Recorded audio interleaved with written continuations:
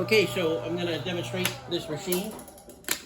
What it does is it notches pipe. It turns this into this. And this is this way so that you can take another pipe and place this on top of it and weld it without doing any more work to it. Okay? So what you do, how this machine works is it just goes up and down. And when it's in the up, what you do is you shove a flat end into the die, and then it will cut one of these notches. And then what you do is you flip it over 180 degrees, and you do it again, and you'll get another notch. And those two notches will be, what you want to get that on your pipe. So it's a pretty quiet machine.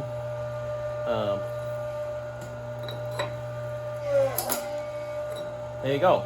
Now, this pipe is schedule 40, so it's over 3 millimeters thick.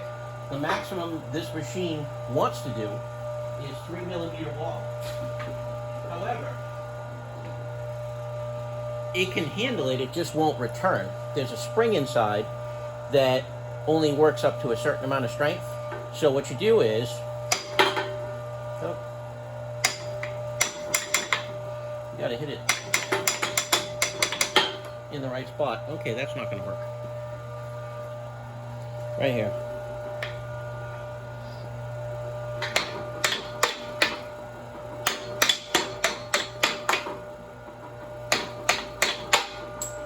There we go. And you'll see now that the chip has been removed.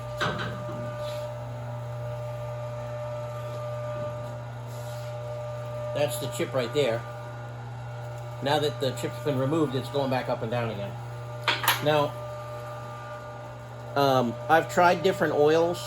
I think I know why this won't work with such thick-walled pipe. And the reason is because under the cutting part of the die, there is a ridge. So let's say the cutting part of the die comes out like this, right? Underneath it, there's this ledge, right?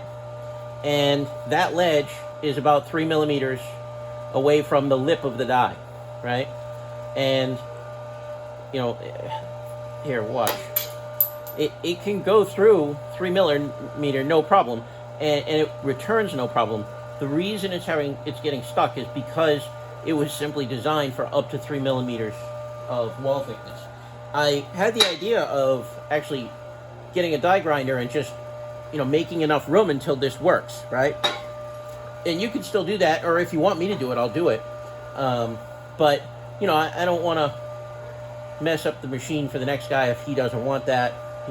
This is how it is stock, but if you're interested, I can fix it and make it so that it returns. And if it doesn't return, then you don't have to buy it.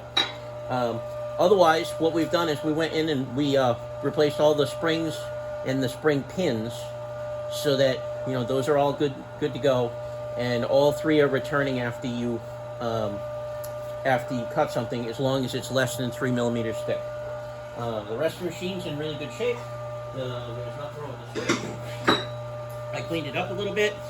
The stand is solid steel, so nothing's going to happen to that. It could use some paint, but it's not going anywhere. It's a good sturdy stand. If you don't want the stand, then I can knock $100 off for that, no problem, and I'll keep the stand. The machine itself is still sold. Baileigh sells it. A couple other places. This particular one came from. Man, I can't remember. I can't remember. It's on the internet. If you look up the part number. In fact, I'll put a link in the ad.